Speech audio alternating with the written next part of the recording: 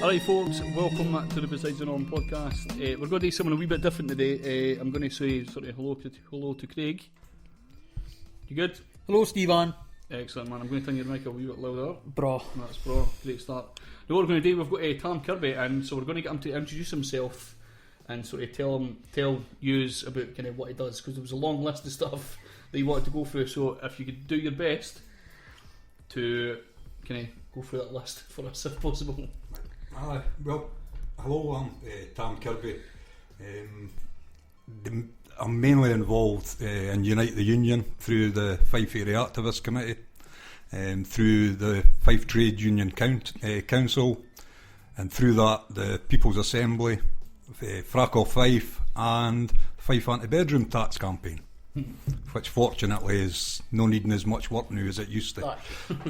So you said you were doing leaving. Was it was it a couple of days ago or something? You were talking to somebody about the kind of bedroom tax and stuff like that. Still getting warnings or something. Well, we had to visit a guy in leaving because he's getting the usual threatening letters saying that he may get evicted if he doesn't pay the arrears, but his arrears are only pure and simply for the 2013-2014 bedroom tax only, and we've got assurances for the council that nobody will be pursued for these arrears, so we're going to take his case up and stop the letters getting sent out to him, but that'll happen, that's a guarantee.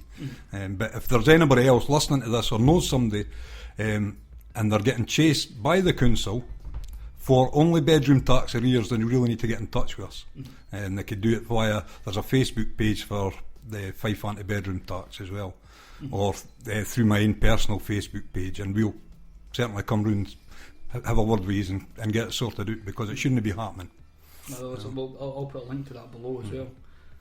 So I wanted to talk. You do a lot of activism a lot nowadays. You said, when did you first start this? You said you done it a few years ago. I was really active when I was younger, through the late 70s and into the 80s. What kind of things were you doing at that point? Well, at that time, the big one then was C&D, because C&D had just been sort of resurrected, so it was really campaigning against nuclear disarmament, and geez, 30 odd years later and we're still singing the same songs and the same protest, but things like that, and then I had a whole period in my life where I was not active at all, and then you get older, life goes on, and you end up with me, like you have grandkids and you start looking and think, well, what are they going to have? You know, what life are my grandbairns going to have? And then after the crash in sort of 2007, 2008, and then what was happening then, a bloody Tory government that was determined to make the poor pay, that was it. It was time to get out in the streets again, because I think it's the only way you can actually make any kind of real change. So that's what sort of started me up again. What kind of thing happened? Like you would have kind of heard about that, and so what would have been the first thing you kind of got involved with? What kind of groups were you in? The first thing I decided to do was I actually joined the Communist Party of Britain. That was the first thing I did, because I thought I need to I'm joining a political party, a thing I'd never done. If you going back to when I was younger, I was actually an anarchist communist. Right. You know, no bomb throwing lunatics, a proper political anarchist communist. You know, so I'd never voted for anybody. I'd never been in a political party, but I thought now, it's kind of naive, that kind of politics to me. Now. Sort of, you know, I've sort of grown up. I mean, there are older people that agree with it, but I kind of grew up, so I thought I need to find a political home, and it certainly wasn't going to be the Labour Party, not at that time anyway. By God, you know, and because strictly speaking, they were as bad as the Tories at that time. You know, if you think 2010, there was no real difference. Even at one point they agreed to carry on with the same kind of welfare cuts as the Tories. That's sick. They weren't even trying to hide anything. And I'm going to be honest, I don't believe in nationalism of any kind, so none of the nationalist parties, and I'm including the socialist parties in that, like the SSP at the time, Solidarity, they were out for me, because creating another border, to me, and that's a personal opinion, isn't going to achieve anything. It's certainly no for the wider working class, because I base everything on what's good for the wider working class. So I ended up in the Communist Party of Britain. Through that, I joined a union. I joined Unite the Union, and I actually joined initially through their community. membership thing, because Unite are the only union, certainly in Britain, that will take people that are unemployed or students, and they've got the whole Unite community now. Down south, it's huge. If you go to places like Leeds and Nottingham and Manchester, Liverpool, they've got huge branches that are totally funded by Unite. You know, they've got drop-in centres and everything, and it's a brilliant idea. But through that, I thought, well, I shouldn't be in Unite. I'm working, so I joined as a full-time member. Through that, I got into the Fife. Again, has another unique thing, which it has what it calls area activist committees, and this is for union activists to do stuff that's nothing to do with where they work. It's to do with the community and how you can get involved in your community and actually do things and campaign within the community. So via that, I ended up on the Trades Council as the delegate from there. And then when I joined the Trades Council, so this was getting up to 2013, 2012, 2013, and the Trades Council was actually looking at starting an anti-austerity campaign through the Trades Council. So, and it just so happened that same year, the People's Assembly launched down in London, and there was a mass meeting. There was about 4,500 people, and all the main unions were there. You know, Len McCluskey was speaking, Unite was there, PCS, RMT, Unison. I mean, Tony Benn, and regardless of what your politics are, you know, Tony Benn, to me, he's still a brilliant man, you know, and he was one of the key speakers, and he was seen as the founding father of this whole People's Assembly movement. So I'd suggested that maybe if we're going to do an anti-austerity thing, we'll link it in with that wider campaign, which we did. So Fife actually had the very first People's Assembly in Scotland. Nice. Even before the Scottish People's Assembly started, Fife had the first one, and then Dundee. So through that, that's where we've sort of, that's where I've concentrated most of the campaigning on. Then obviously, if you take the fracking thing, I'd heard about this fracking years and years ago, and it just scared the hell out of me. And then once it starts moving, then you start to hear about what they're planning to do in Scotland. So I got involved with the people that had started Frack Off Fife, so I'm heavily involved with that as well, you know. It's an amazing name. Well, it's one of these things that's kind of died just now, because there's a bit of, nobody knows what's going to happen because of the moratorium, new government, and to be honest, everything's up in the air. We need to let things settle down, but the anti-fracking groups are a bit concerned, and especially because any of us are recruiting. They're recruiting scientists and engineers and geologists to actually come into Scotland to start to look at buying up land and what have you, even during the moratorium. So there's a bit of a worry throughout the whole anti-fracking groups in Scotland about that. So we're all waiting to see what happens there. I mean, we had the big thing. It was going to be the underground coal gasification. That's what was going to happen in Fife, and it was happening just along from where I work. I work at Low Valley Field, and then of course there was a huge campaign about that, and then we organised the thing across the bridge. I think, did you see that one? The Hands Across the Forth. Oh yeah, where we had 1,600. That was all the anti-fracking groups. You know, Frack Off Fife were involved. All the anti-fracking groups in Scotland, and I mean, and it was great, and it was all organised, 1,600 people, and great stuff. The SNP government put that then into a moratorium as well to prevent that from happening. And it sent Algie Clough scurrying down south to do it somewhere in Yorkshire probably, or somewhere, you know. So that was a success. So, but it's actually we need to try and keep the momentum up. But until we see where the Scottish government's really going to go with this, and what's going to happen, I'm not sure what. But there's some people actually going from the Falkirk anti-fracking group. They're going down to, I think it's Lancaster or Lancashire tomorrow or Friday, because there's a big protest happening down there, because they're talking about drilling some wells and what have you down there, you know. So we're trying to keep although it's like Frack Off Fife or Scotland Against Fracking, there's links with the group south of the border. And the great thing was with the Hands Across the Forth thing, there was people from down south actually came up as well. Nice. So it was a really great thing. There's the knitting nanas, if you look up the knitting nanas, who are brilliant, you know. They're all these, the name tells you what they are, you know, the knit things, but they're brilliant, and they're brilliant activists and brilliant campaigners, you know. So they were up, and you know, and it was great. And I always say to people, now when I'm talking, if it's anti-frack and stuff, I say, what you've got to remember is, it was all us jumping on the bridge that actually broke it. Right. Because it was about a fortnight later they had to shut it or so, whatever, you know. Because it had all cracked, and I said, that was us. But you never know, so. Perfect, man, perfect. But we had Kay Morrison in from Labour, so I should be speaking to Mike. We had Kay Morrison in from Labour, and she was talking about, I would love to remember this sort of off by heart, but she was talking about a council meeting. They were having a kind of a proper everyday council meeting, and there was a bunch of people went in, a bunch of activists, and started having like a birthday party. It was the women's rights. No, that was. This is why I brought it up, because I remember Kay talking about it because Rudy Vogels, you know. Rudy Vogels, yeah. Oh, right, aye. Rudy Vogels brought it up on one of the podcasts we done with him. And Kay had mentioned the birthday party. They were like, oh, we know somebody that was involved in that.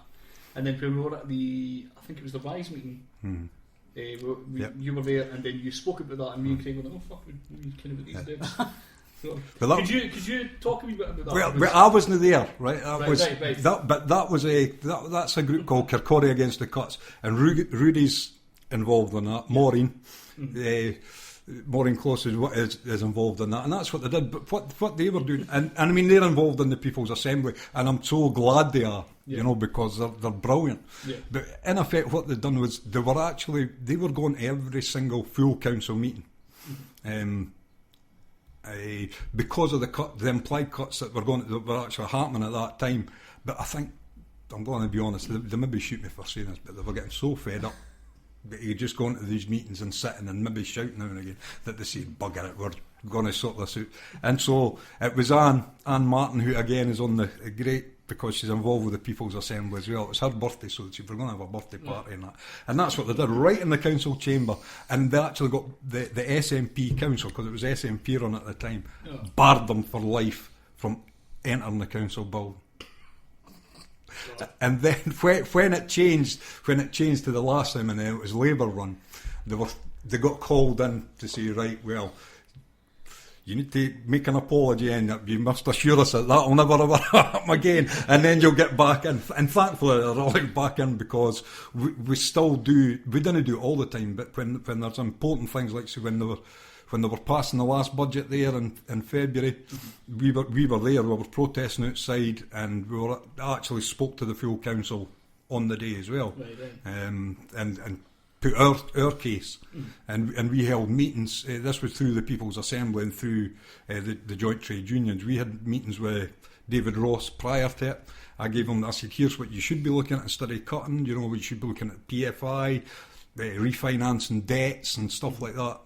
So we had our say anyway, and that's the way it goes. I love that story. It's great. It's fantastic. I know there was a real cake and everything like that. They had a real cake. No, they had a real cake. You know, the party tutor and the party hats, and they even offered cake to the security guy. And I think somebody thing with a tutor right into the nose of the security guy, and I think that was the last straw. Because they got ignored for like multiple weeks. That they were saying, so they were like, we have to do something quite radical. It's easy to ignore people that didn't seem to have any power for them. So, but no, I can assure you they've got plenty of power and more power to them. You know. I've only ever been in one of the council meetings, and it was years ago through the youth club I used to work at, and I'd done some sort of video. It was like a wee rubbish kind of youth thing that happened.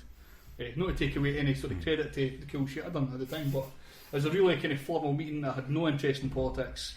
We were just there to show off whatever had happened. I can't remember exactly, but just the look at that kind of formal meeting that I remember was there, and for just a bunch of people to come in with like birthday cakes and all that shit, it's just amazing to me. Absolutely brilliant. But I say, so you've been doing a lot of this kind of activist work for a long time. The most recent one would have been the NHS. Well, yeah, we're involved with the £30 million cuts to the Fife NHS. So we had a protest last Thursday, and it actually got on the STV News. It was on the local STV News, and it's been reported in the papers. And there's actually a motion going to the council this Thursday. There's going to be another protest outside the council on Thursday, and there's a motion being put forward basically condemning these cuts. And because at the end of the day, although it's saying it's NHS cuts, it's going to have a direct impact on the council, who have already facing £70 million worth of cuts because of the integration of the health and social care. So it's, where is this money going to come out of? And the NHS will try and lump it all into the social care side, so it's then the council's going to lose even more money. So there's a whole thing there. And the biggest worry at the moment is everybody knows there's £30 million to come out of the budget, but nobody knows where it's going to come out of. Right. And which is a bit of a worry, when all of a sudden it's this £30 suddenly just disappearing, and nobody's got a plan to say where it's going to. I think I know where it's going to come out of. It's going to come out of where it always comes out of, people's wages, and it'll take. They'll cut jobs. They've got no redundancy policy, but if they don't start people, because that's what the council's doing. The council has a no redundancy policy, but they're not starting people either. So all that's happening is more work gets put onto the people that are already there, and that's potential. That's exactly what's happening in the health service at the moment as well. They're no sacking people, but they're no starting people, and all they're doing is loading up more and more work on the overworked people that are already there. So it's something that has to happen. I mean, although the motion will go through the council, unless the Scottish Government or somebody else comes up with the money, it doesn't do a great deal. I mean, it's like Fife Council is now has an anti-Trident motion that got put through. They've got a motion against the trade union bill, and the Fife Council have committed that they will not implement the trade union bill in any way. They've also got motions against TTIP and CETA, and these were all motions that were lobbied for either through the unions or through campaign groups like the People's Assembly, or there's a Scotland Against TTIP group, and through that the anti-TTIP motion and the anti-CETA motion went into the council. But it's great for councils to come out and do that, Oh, definitely. But at the end of the day, they're just doing that. They've not got the power to do it. It's only governments. It's governments. It's just words to them. But at least it's symbolic, and it's who cares?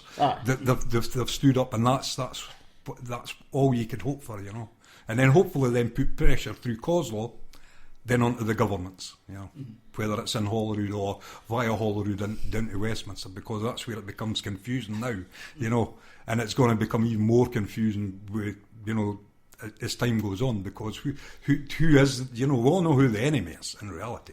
The enemy is the bloody Tory government down in Westminster, right? That's the enemy. That's the enemy of everybody, regardless of, if you're working class, no matter what party you're in, they're your enemy, down there. But the problem is up here, with things are devolved and things are getting further devolved. Your enemy's becoming a bit fuzzy at the moment, What did you think about the election? There was a lot of Tory input. As far as seats this time. Actually, what? There was a funny thing that came up on Facebook of all places, is that they got less percentage of the vote than they did when Thatcher was in power. Right. This election. The thing with Facebook and what have you, I tend to treat all the statistics with a wee pinch of salt, because you can make things up to suit yourself. It could be true, I don't know. But the biggest worry is they're the second biggest party in Scotland. Now, I mean, the way I put it was the pandas are now really pissed off, because there's now more Tories than there are pandas. Maybe the panda will get pregnant now, and so it gets a bit more publicity. You never know. But you know what I'm saying. I mean, not that long ago we were talking no more Tories in Scotland. Well, Scotland has always been Tory. Fife in the 50s was a Tory run. Dad was saying that. It was a Tory run place, right? So you wouldn't have thought that, though. You wouldn't have assumed. No, it was a hotbed of communism as well, right? But it was actually the working class people were voting Tory at that time, and unfortunately, what's happened this time is working class people have started voting Tory. Is there a reason for this? What is the reason for a working class person to vote for a Tory government? I don't have the answer, but I mean, it's. They must be saying something. Well, I bet it's going to be down to, because she was standing on, we're protecting the union, So there's going to be some of that, but I don't think that's a huge I don't think that's a huge amount. But why are people voting UKIP who are even more Tory than the Tories? You know, but working class people are voting UKIP in larger numbers. Yes, a lot of the time. so it's the same thing. It's like a false perception of what they think they're going to benefit out of that. I think, you know, people are sort of losing. Here's the reality of what happens if you have a Tory government. All I have to do is look at down south and see what's happening down south. That's the reality of having a Tory government, you know. Well, the problem with UKIP is that a lot of the people voting for UKIP are voting based on two policies: immigration and EU. Yeah. And that's pretty much it. Whereas the Tories didn't seem to have anything. That's what they voted for. This is the thing. They've probably got a mind. I was talking about the kind of differences, like when people are going about door canvassing and stuff.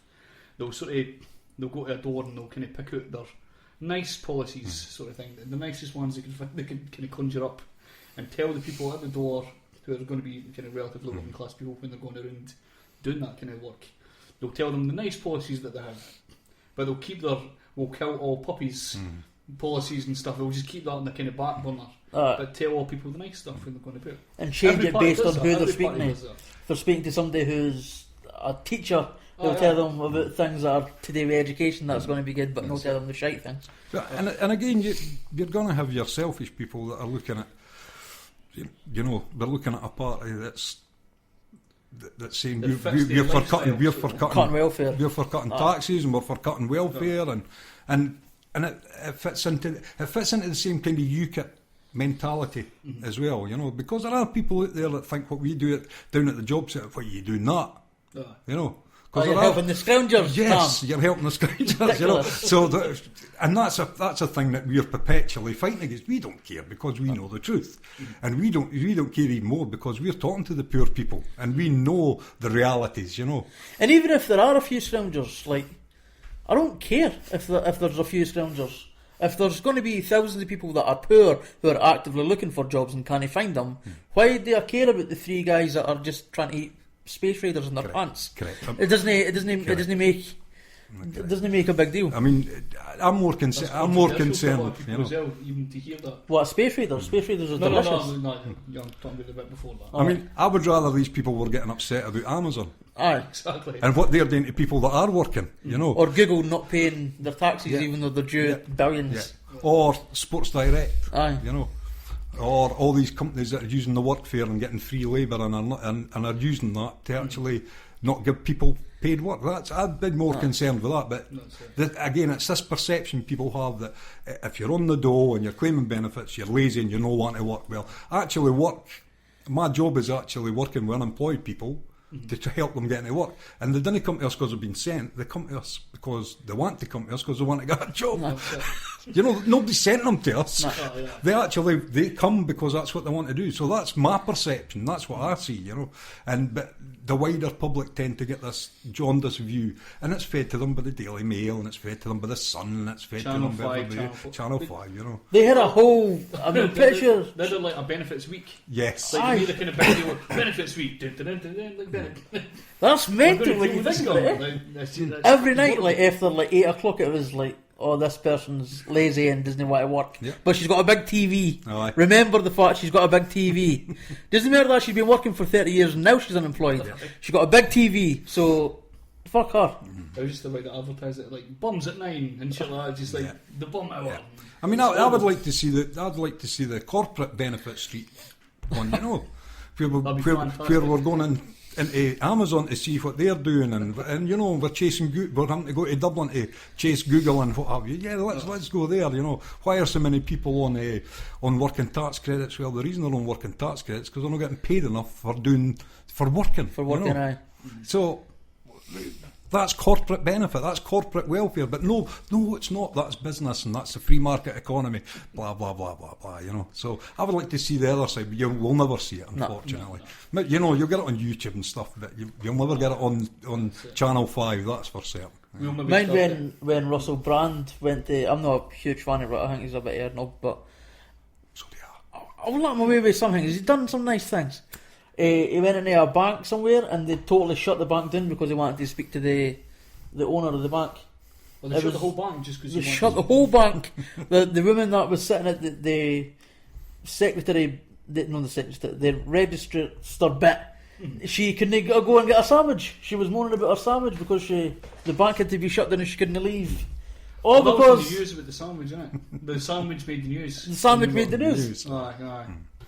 You want to get some answers about a bank and it gets fucking Well, shut down. I preferred when Rage Against the Machine did their video, and I can't, for the life of me, I can't remember the name of the song, but they actually shut down Wall Street when they were filming their video because they were playing live. It was brilliant. You find it on YouTube. On Rage Against the Machine. It was brilliant, you know. If I could find it, And it was absolutely brilliant, you know. So there's how to shut down a bank, you know. Just shut down Wall Street. It was brilliant, you know. Happy days. Doug Stanhope. You heard of Doug Stanhope, the comedian? He made a point about if you want to ruin a bank, one way of doing that is get as many people as you can and go in and apply for multi-million pound loans. Just get everybody waste to an do that. entire day, just as much people as you can, because they have to go through with that loan thing. The application. Yeah. They have to go through with the application. Even if they know there's no chance of you ever getting the loan. Yeah. That was always kind of like that idea. It's better than playing bongo drums. There you go, that's it. Aye. But you're also in a band as well. Do you talk about a lot of kind of politics in the band, or is it mainly about not smoking weed and stuff? The lyrics, I write the lyrics. Right, nice one. So most of the lyrics are very political. Right. So it's the way I put it across. We're a blues rock band, and or a classic rock band if you like, but with punk lyrics. Right. And the punk lyrics I'm talking about the likes of the groups like Crass and Discharge, Fluxy Pink Indians, Poison Girls, and groups like that, which they didn't write love songs, they didn't write anything. Everything was about what was happening at that particular time. So that's what I write. So I mean, our second album was called "Don't Piss Down My Back and Tell Me It's Raining," and that was round about the time when George Osborne was going on about we're all in it together and we need to tighten our belts, and I just thought, you are pissing down my back and tell me it's raining, buddy. So hence the title of the album and the name of the song. And so most of the lyrics are like that. There are some other nice lyrics that the other guitarist writes now and again, but mine's are all horrible, venomous, and you know. Is this on Spotify or anything? It's on, you get it on Spotify, you get it on iTunes, we get it on our website. Right, I'm in a sesh tonight then. Just Google The Other Side Fife, and it's on there. And we'll add the link in again anyway. So. And on the website, I've actually got all the lyrics written out. So some of them are not politic or not overtly politic, but some are straight. Me telling it how I see it, you know. Perfect. So that's the way I tend to do music, and nice. It all sort of links in. I sometimes forget I'm in a band, and you know, the other members kind of say to me, "Are we ever going to rehearse or something?" You know, after this protest, or when I come back to London and all this sort of stuff, you know. I've always liked political music, although saying that I've been a hip hop fan more than anything else. So we've had like Immortal Technique and stuff like that. It tends to be more conspiracy theories than elections and stuff like that. But it's there's always that kind of the fuck the government side, but there's never any kind of solutions. And it's the thing that's always annoyed me, like through. I fully accepted being that guy before as well. Totally. I'm just not like I'm like I'm better than you. This is the thing that's interesting. You've been involved in politics for a good while now. And we just came in, like, because there was a massive wave of people that got involved after the referendum. Or well, just before. Well, before it, the run up to it, yeah. I mean, it was brilliant. So are you not? I know in other areas there'll be people like, oh, now you're involved in politics. Now that it's cool to be involved in politics. No, you know, is it? You're just happy that people are involved. I'm just happy. I don't care what your politics are, to be honest, right? As long as you're bloody involved, the more people that are involved and the more people that have an opinion, the more chance there is something happening. If you take the anti-fracking thing, the greatest thing that happened to the anti-fracking movement was when the group Smog started up. Which is SNP members against unconventional gas. Now, there's more chance of that group having an influence on the Scottish government than we had the influence when we all stood across the Forth Bridge. Yeah, great. But that group, they're in there. If the SNP members can dictate policy conferences and what have you, that's that's brilliant. So it doesn't matter what you're doing. I don't care who you are or who you've joined. If you're active and you're doing stuff, great. You know. Have you had any of that, like anybody when you mentioned that you came in there through the referendum? Not really, not because most of the people that I know were the people that are involved in politics, like I am now, were kind of me before there was conspiracy theories and stuff, and then the independent referendum came, and I started taking more interest in like political policies as opposed to theories of like lizard people. And do you know feel that there's ever since sort of SNP got voted into Westminster, since then there's a lot of people that are just kind of stuck with SNP because they got voted into Westminster. We actually had a bit of an idea that we were going to vote them into Westminster to kind of get a voice for Scotland a wee bit. That was what we were told. And then when it comes to the Scottish election, we're going to actually try and be a wee bit smarter with our votes. So I'm hoping there's a lot of people like that, but because we didn't actually vote the SNP at all. We voted for Labour, and then because we like Kay Morrison, and then we voted for Solidarity because we like the Lexit campaign and stuff. So we didn't even vote for the SNP at all. And yet in Westminster, the SNP was the only party that we thought about ever voting for. There's a lot of people like that. I like that idea that people have got into it through the referendum and stuff. They voted in the SNP. There's a few people that stuck to just voting SNP because it's really all they know at that time. I think the Yes campaign's kind of blind. You know? Aye, definitely. They're just like SNP, only way to get independence ever, and I totally didn't agree. Well, the Greens. I mean, the Greens. Greens I would certainly rather their share, the Greens were in power than the SNP, basically. To be honest, the Greens did well. You know, they went up 4. They got 4. They used to have 2, I think, and then they went up to 6. Right. So they've gained an extra 4. So. I mean, including Mark Ruskell, who's our local. Yeah, and they've gained through the whole independence campaign because definitely. Patrick Harvey, you know, his profile went right up there, you know. So, and whether you like him or no, he did great for the party. And I mean, I know a lot of the people in most of the parties about here, and the Greens are brilliant. We've got people for the Greens that come on, to the People's Assembly and help out with the stuff we're doing on the People's Assembly as well, you know. So, but no SNP. No, we do have some people. There's a problem with the perception of the People's Assembly, right? Because it's done through the unions and what have you. There is a perception in some people's minds that it's Labour. Well, it's not. The People's Assembly is not affiliated to any party. We're not interested in who's in power. We are an anti-austerity thing. So if you take the Scottish People's Assembly, on the steering group for the Scottish People's Assembly are the SNP Trade Union Group, and Chris Stevens, who is now an MP. He used to be the delegate that came to all the People's Assembly Scotland meetings for the SNP Trade Union Group. Yep, and we have Labour Campaign for Socialism, we have the SWP, we have no fixed abode, and we're the same in Fife. I mean, we've got like say Maureen and Rudy. We've got people for the Green Party, we've got people for the Labour Party. There's myself, we've got Solidarity people, the Rise people that support us. And we do get SNP people coming occasionally to the meetings and to help out. But this perception that, it's not organised with SNP, so it's almost as if there's a hands-off thing on it. I mean, I try my hardest to try and embrace them and say, look, this is nothing to do with politics. I'm saying nothing to do with politics, nothing to do with party politics. You know, this is to do with that. I mean, if you take last October, the People's Assembly, through myself, were involved. We did an anti-austerity march last October in Dunfermline, and it was the first march that's ever been done in Dunfermline like that, I think, ever. And I went out of my way, and we made sure, we told everybody, there are no political flags or banners allowed on this march. It is an anti-austerity one, right? And so we got agreement for everybody, that would be that. I had to personally get in touch with Neil Hanvey because I didn't. He was the only person that I thought I could maybe get through to, and I actually got in touch with Neil and said, "Look, Neil, you have to come to this. you know, you have to. The SNP has to be there." I said, "You can have a stall." I said, "Well, I'm letting parties have stalls, but not on the march." And he was the only one, and some of the people he knew that actually came on that march, an anti-austerity march in Dunfermline. And it was the same. We had the May Day march in Kirkcaldy, the first one, and we're now thinking it was the first one in Fife since the 50s. Right? And that every single politician in Fife got an invite to that. I actually spoke to David Torrance the week before it, because we're doing an anti-TTIP thing, where we collect names, and we're getting the candidates to come and get their photo taken saying, we've signed the pledge against TTIP and CETA.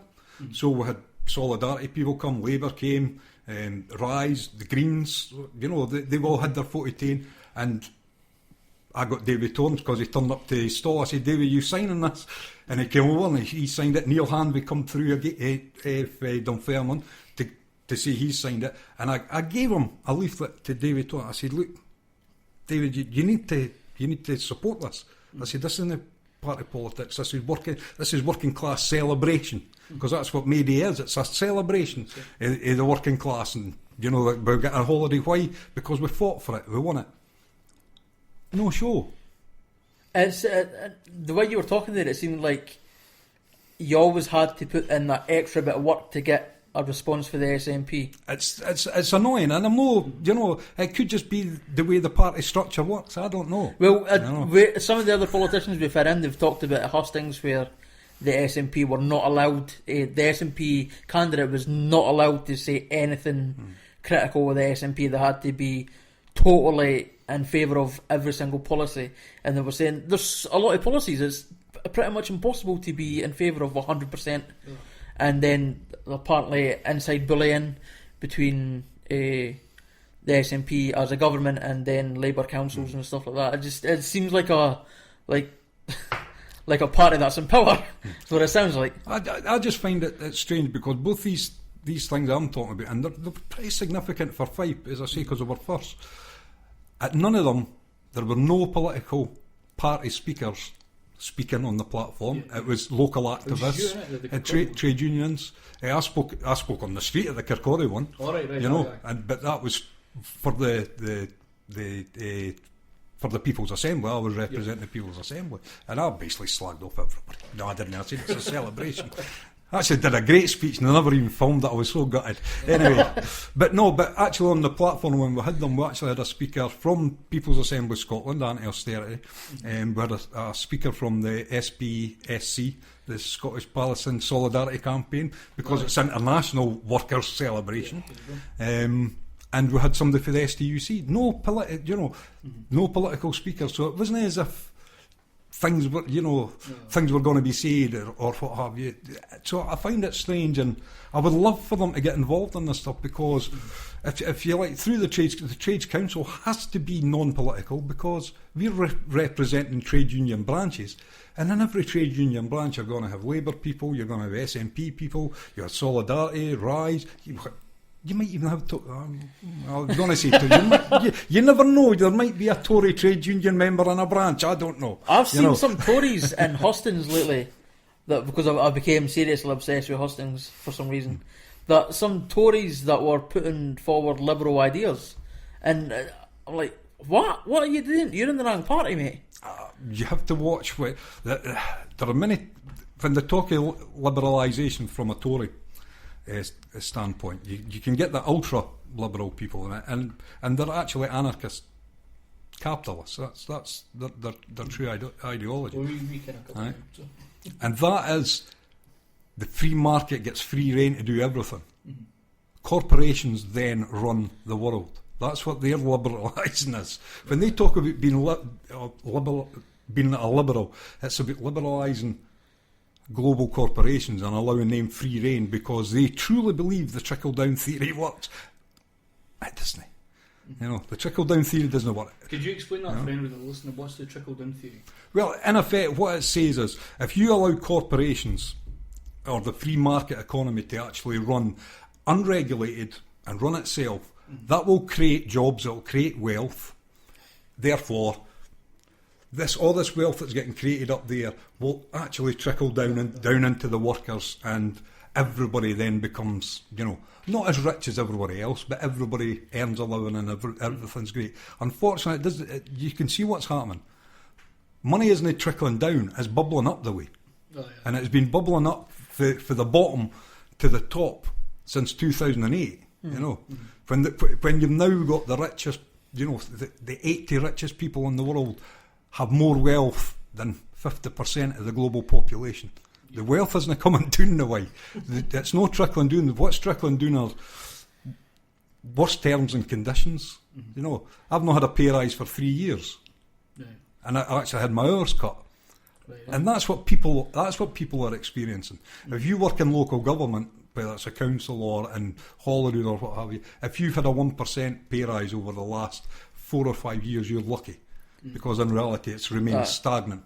And that in reality is a wage cut, because although inflation's going down now, you know, because we could end up in a situation with deflation, which all the economists, their hands will go up and they'll go, oh my God, it's a disaster, we have to do something, you know.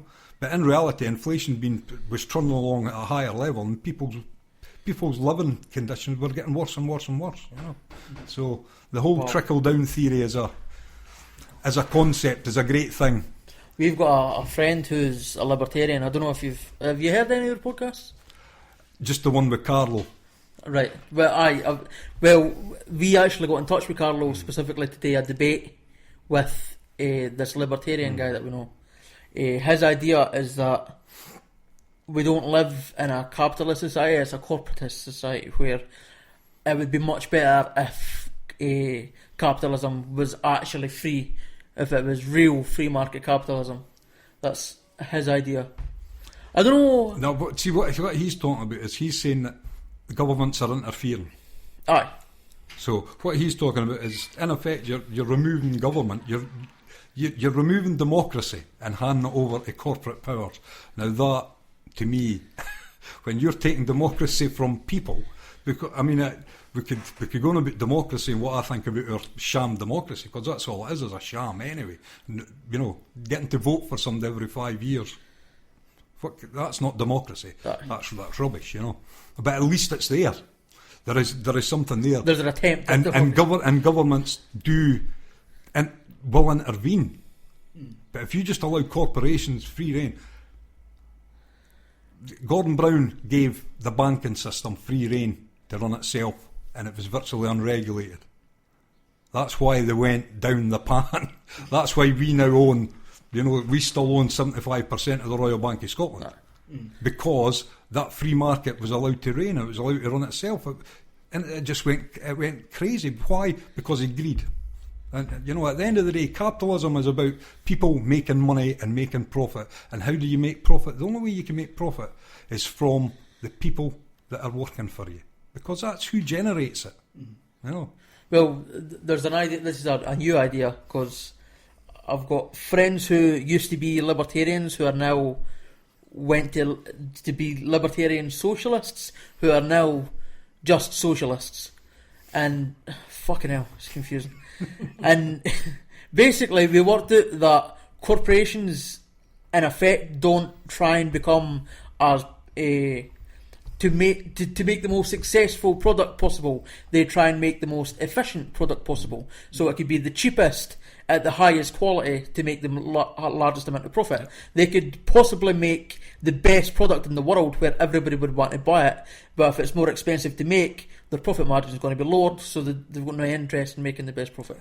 And that is the main issue that I would have with free market capitalism, is that there would be no incentive for them to do that sort of thing. They'd be more interested in trying to make as much money as possible. And then you'll maybe have the problem of creating monopolies and then working together with other corporations to try and raise the prices of stuff, and it just becomes a mess to me. Well, the whole TTIP thing, this you heard of the TTIP and CETA and TT. You've got the Trans-Pacific Partnership as well that everybody forgets about. That's one that America's doing with right through Australia, Japan, right through there. In effect, what these free trade agreements, because that's what they are. This is free trade, this is the free market economy. What America is trying to do is completely stitch up and sew up the entire global market, where they're dictating, where their corporations are dictating what's happening, and they're trying to exclude all the BRICS countries from actually being able to trade into Europe or into Japan or into Australia or into America. And they're trying to, that's all part of this whole liberalisation, which doesn't work. I mean, at the end of the day, what everybody and people maybe know within the next 20 years or 30 years or 40 years or 50 years, people are going to have to come to a point, the human race is going to have to come to the conclusion, You cannot have infinite, perpetual economic growth on a planet that only has finite resources, because eventually things run out. Yeah. Right? And we have to get back to making things that actually last. You know, instead of buy a new phone and then next year you throw that one away and you get another one, and you get another one, and another one. No, we should be making things to last. You know, because you can't keep consuming and creating this perpetual growth, because that's what capitalism is built on, is getting making stuff for people that people want, or to tell them that's what they want, and to keep selling it, because that's how you generate money. The human race cannot go on that way. You know, at some point it's going to have to stop. You know? Totally agree. I mean, I like Kaz as a person. Totally willing to say his name, but I can't help but agree with this. It just seems like a much better system. It's one of the things that you think about for years, and it has to happen at one stage. At some stage, it is going to have to come to a kind of horrible end for capitalism. That has to die at some point. Yeah. Hopefully the human race actually wakens up first, because there's a better way of doing things. There's always a better way. The referendums kind of started to wake people up a wee bit to get interested in politics. Maybe some sort of other social awakening needs to happen. And through the years, it's always been a disaster that's fucking gotten people to actually take notice. And to get to that point, like, what do we need fucking people to die first, like, for us to go through? Hopefully not. Hopefully not. Hopefully we didn't have, or wars, or some crazy. But it's about convincing people. That's. I spend half of my life trying to convince people that I think there's a better way, and I try and put across a better way of doing things.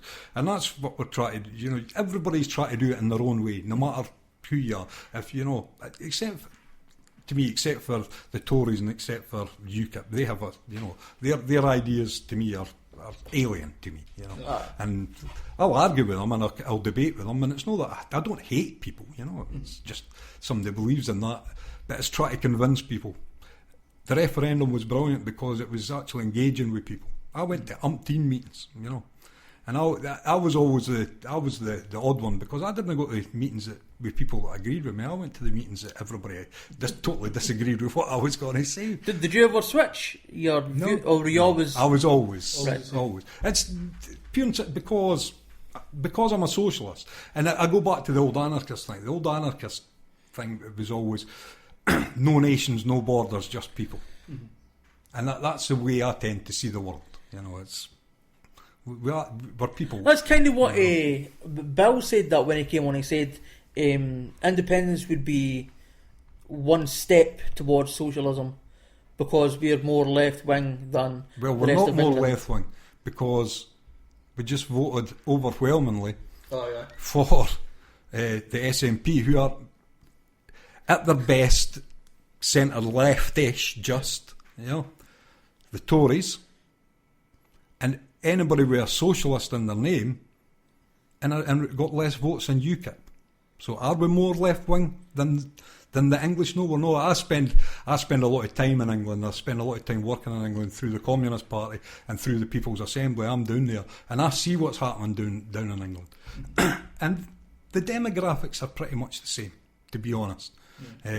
Between us here, Liverpool, Birmingham. I used to work in Birmingham. You know, I lived and worked in England for 5 years, and down in London. The demographics are much the same. It's the same arguments. They've got it worse down there because they've got Tories that are running rife. You know, their health services is collapsing around about them. Fortunately, the plans I had for the schools has kind of been drawn back. They still pay for prescriptions. Yep. Which is... Yeah, that seems absolutely alien to me, that. Yep. That's crazy. I mean, we've not had free prescriptions for that long, really. But it's still, I can't remember having to pay for prescriptions. Well, I can. I can. I mean, there's arguments on both sides. I mean, universal benefits are a great thing, but that's got to be tempered by having the correct tax system, so that the people that are earning lots of money are paying more, so they could, you know, that helps to generate that. Now, I'm not going to say we shouldn't have free prescription for everyone. No, we should, but Mr. Suitor that owns Stagecoach. People don't like him You know, well, in the socialist circle. well, I don't like him because I'm a trade unionist there. But plus the fact I don't like him. But I mean, he's a multi-millionaire. He gets his free prescriptions. Mm-hmm. Right. But is he paying enough tax? I don't think so. You know, I wouldn't mind him getting free prescriptions if he was paying the tax that he should really be paying. You know what I mean? That's fine. That's the way the system works. That's the way it should be. You know. What amount of tax would you suggest roughly What for the richest? It should be, Because it seems to be a cut-off point. I kind of agree with the Greens. I kind of agree that's 60%. You know, if we're talking about the system that we're living in just now, you know, I think the 60%. That's 50. The 50% one, you know, that's get a bit more out of them. Go on. Yeah. Is he going to run away? Is Totally. he going to take Stagecoach elsewhere? Because that's the big one. Oh, if you tax them too much, they'll all run away. Well, I'm inclined to think, well, let them run away and let's nationalise the bus service again. There you go. That's what I think. We've heard that argument a lot. as well. See you later. I don't care. You know, it's the same with any of us. You know, if he's not happy, give him £1. Let the workers run it. The workers will run that, no bother. There you go. That's it. You know, that's very naive. But it can be done, it's easy. You know, they did it after the war. They did it with the railways. They did it with the bus services. They did it with the coal, the national coal, the national steel, the shipyards. You know, it can be done. The problem is, once you actually have it in public control, you have to invest in it. Because that's what went wrong with your nationalised industries. Nobody invested in the latest technology and keeping them up to date and keeping them competitive and making sure they were the best. It's easy. But Mr. Suitor wants to go away because he's getting, you know, we're going to take 60 pence. What they always seem to forget is that that's pretty low compared to some other times in history. I mean, just after the World War II, it was like 99%. It was a ridiculous amount. I think for about a decade after that, it was like 90% or something. Well, like that. you had 80% now, and you had all the rock stars all running away to France and everything, you know. You know, Pink Floyd and all them disappearing, and the Rolling Stones. And you think, who cares, you know? If I had 80%, if I had 20%, if I was paying 80% tax on $1 million, I'd be quite happy with that, to be honest. Aye.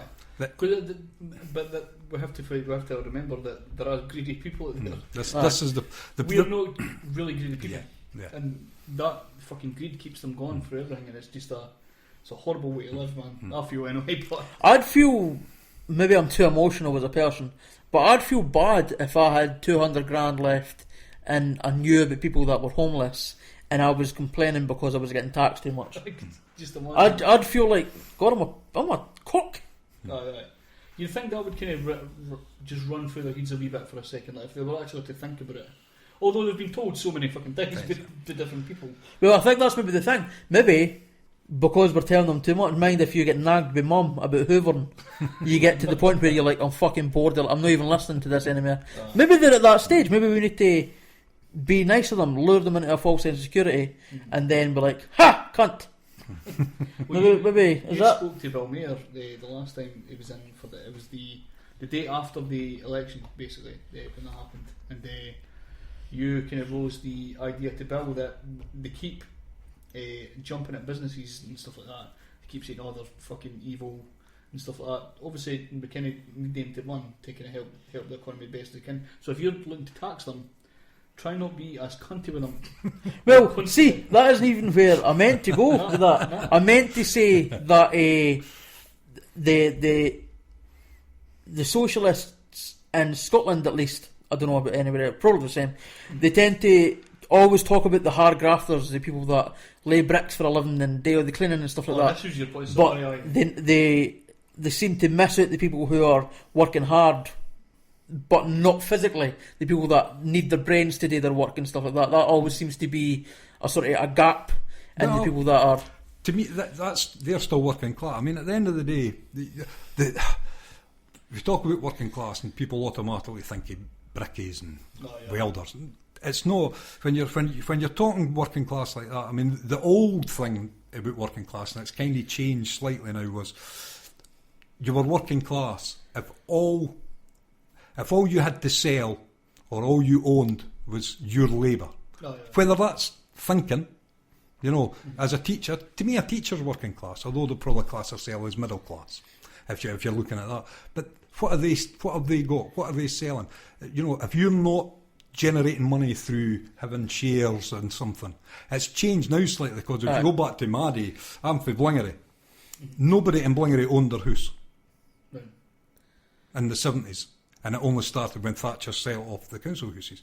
And everybody understood working class. It was clear cut. We didn't own property. We didn't, you know. Right. So working class was people that didn't own property. You didn't own then property. Everybody above that was. And you didn't have shares, and you couldn't invest. I mean, in my street in Blingery, and right through the 70s, there was only one car in the entire street.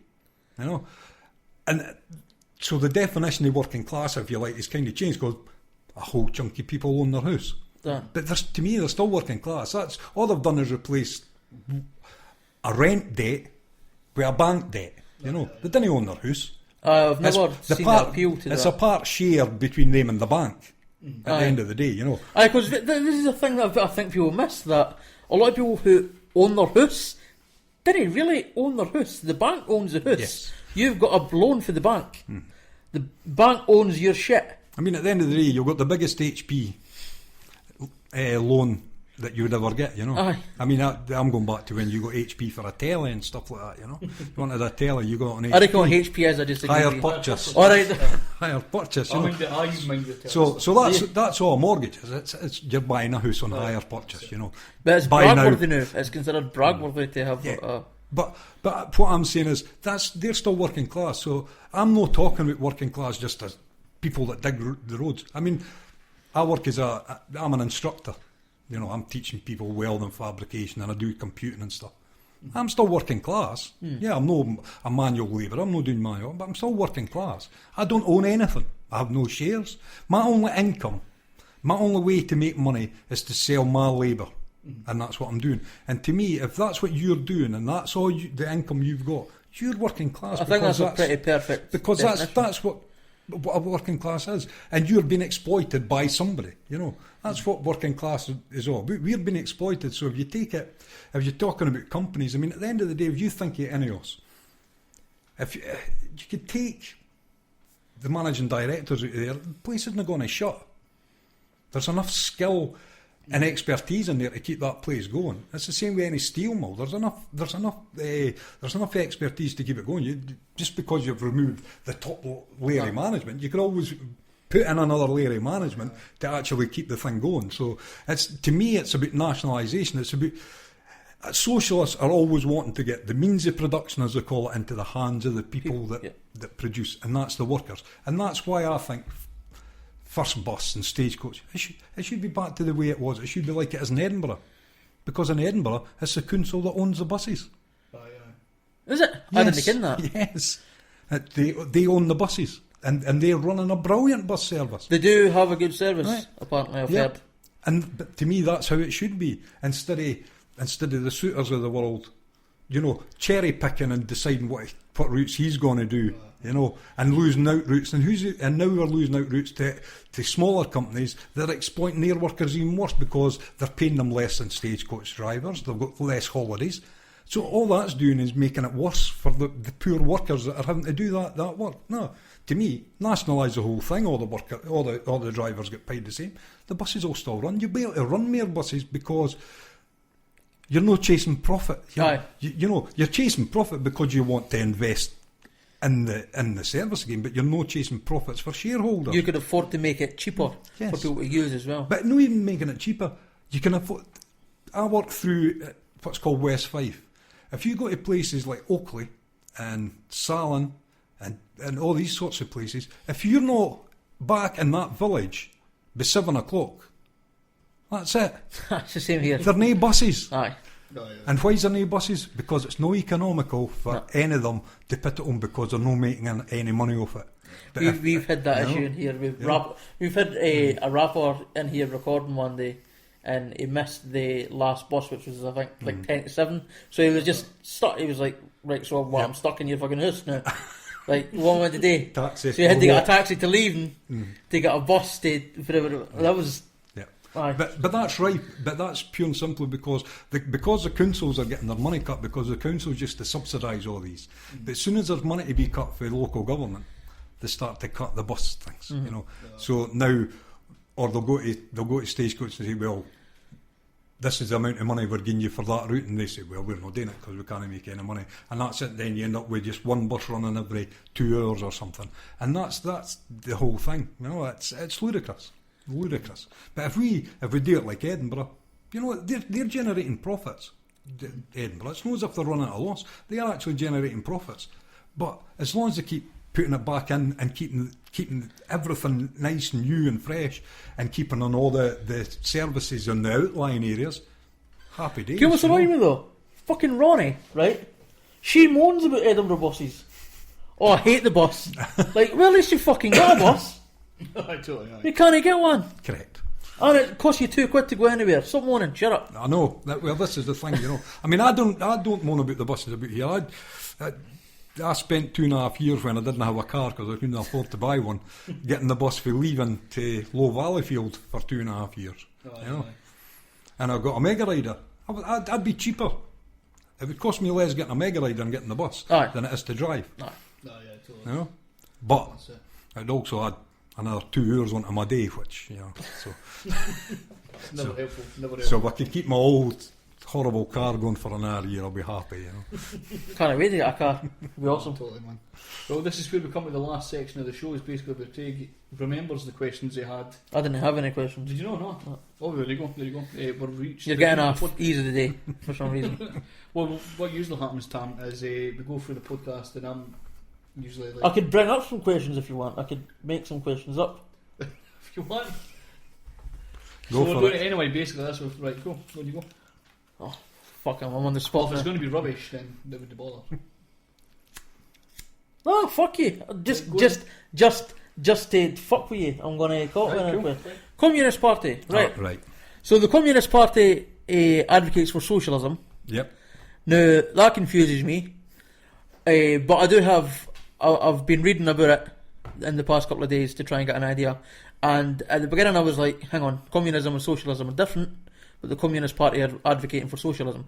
But what I read today is that in order to get communism, which is a step beyond socialism, you require a stepping stone as such of socialism to get to that. That's it. So have I answered that question? That's basically it. I mean, the thing with communists, and I'm using the term communist because it's got a very jaundiced, you know, people go, oh my God, Russia and all that.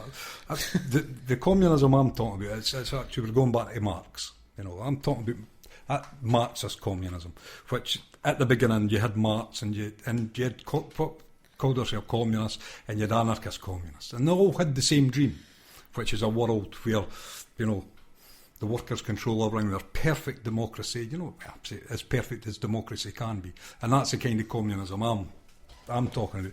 And you're right, the only way to get that is you go through socialism first, which is, in reality, all socialism is state control.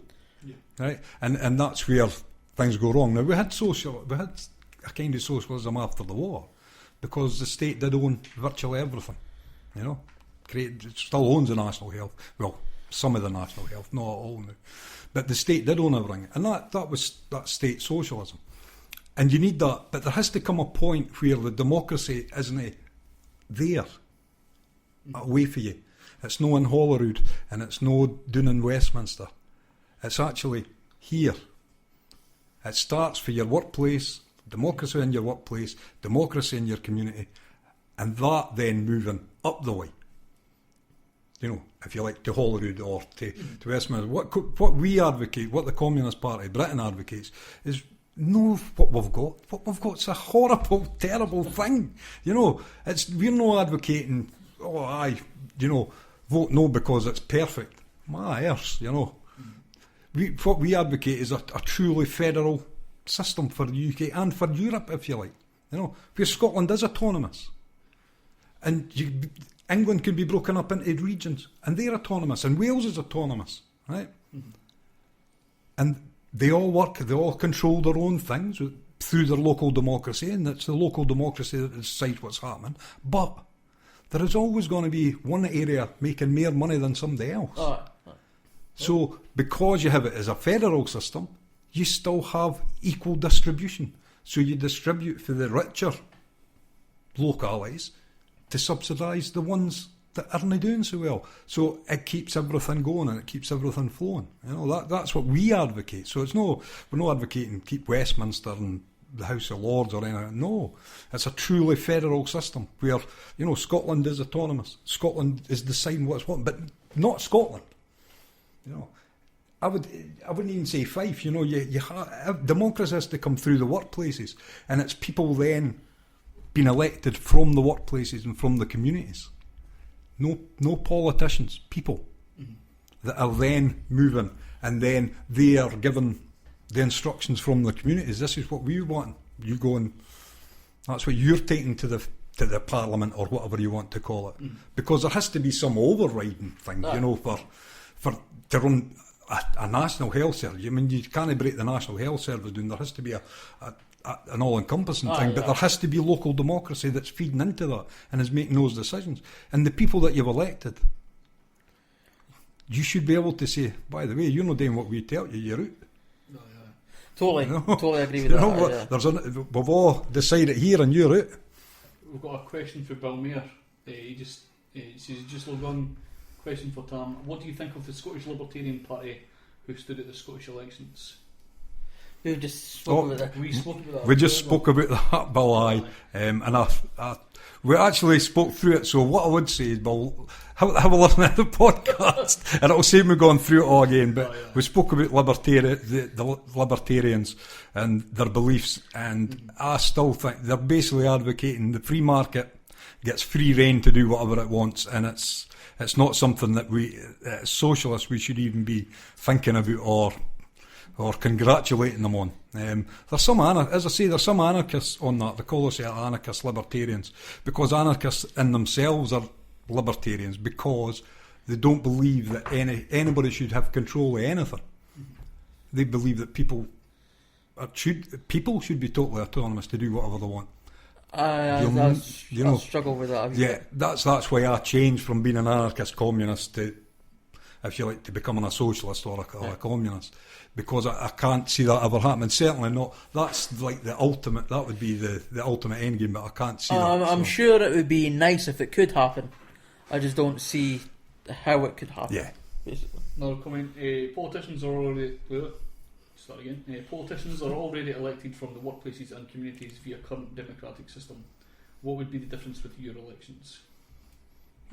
Well, strictly speaking, politicians aren't elected through the workplace. The most democratic thing we have in any form is actually the trade union system, because they are truly democratic. I mean, what we're doing is hopefully we are electing somebody from the community. I mean, I see now at least most of the MSPs are all coming from their own areas, but what I'm talking about is democracy starts, you have democratic control in the workplace. So like say First Bus, if it's nationalised, it's no managers that are running it, it's the workers that are running that, and it's the workers that are making those decisions. But obviously whatever the wider context of the transport system is going to do, some representative from that workplace has to be within the body that's making the overall decisions. And it's the same with communities. If you look at Fife, we have one. How many MPs? One MP? One for Fife. Yeah, I think two. We've got Glenrothes and Kirkcaldy. 2 MPs. And Kilton. Is that not an MSP? Have they got a Kilton? I know, but to me, nowhere near enough.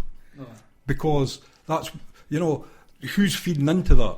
Who's feeding into that democracy? It's nothing. There's nothing come from the real democracy within the communities. I think what we've done throughout the years is we've slashed local democracy. Whereas if you go back years ago, virtually every town had a council. All the bigger towns had their own councils. I remember Mum talking about right through it, And if you wanted something sorted in your community, you went to your local councillor who lived in the same town as you. It's no. Yes, we do have them now that we've got more councillors, but it's one council that's making this one decision, and it's all sectarian politics. I've been there. It's not democracy in reality. Democracy has to be what the majority of the people want at that particular time, but it's a whole sea change in people's thinking. You know, it's not democracy as we know it. It has to change. It has to come through proper working class control of democracy again. It's about the working class taking control of democracy. Because what you've got to mind is we're living in a democracy that was created, not by the workers, it was created by landowners and aristocrats going back hundreds of years who wanted a democracy so that they could take power away for the king at that time. So it wasn't to give it to the people, it was to give it to the people, the landowners and the aristocracy. That's why they created democracy. And the whole democracy was based around what they wanted. And that's all we've had, you know. And it took, I mean, what a lot of people, everybody goes on about, you know, everybody's got the vote, universal suffrage. It actually took until it took until 1948 for there to be a truly one person, one vote system in the UK. And it took until 1968 for that to be enacted in Northern Ireland. Because up until that point, there was some people were able to vote twice. No working class people, by the way. Oh, well, obviously, what a stupid idea. Landowners and what have you. It's like women. They had 2 votes. Some people did, up until 1948 in Britain and up until 1968 in Northern Ireland. And it's the same with women got the vote in 1918. Well, no, they didn't. It took until 1929 for all women of a certain age to get the vote. What happened in 1919 was women over 30 that owned property or were at university got the vote. Nobody under 30 did. That never came up in history. Nah, well, that's the reality. It's almost like they're trying to hide stuff for you. But the reason for that was, in effect, was women over 30 that owned property, who would they likely to vote for? Do you think they'd vote for the New Labour Party? No, not a hope in hell. So what they did was they gave women the vote, but only women that owned things, only women that were in the middle to upper classes, and any working class women, no vote. And it took until 1929 for that to change. But that's what I'm saying. It then took until 1948 for the whole thing to be done to it's right, one person, one vote, and that's it. So our democracy is a bit of a sham in that way, you know. And you know, you've got the old Marx one, you know. Every 5 years you get the chance to vote for the next person that's going to oppress you. You know, so that's a socialist view, if you like. You know, 4 MPs for Fife. 4 MPs for Fife. 4. All right. That's cool. Well, Tom, thanks for coming in, man. No problem. See, if I hadn't asked another question, There you go. we couldn't have got input for There that. you go. There you go. Perfect. Well, thanks again, Tom. No problem. We'll get played in music here. See if we do it seamlessly. We'll see what happens.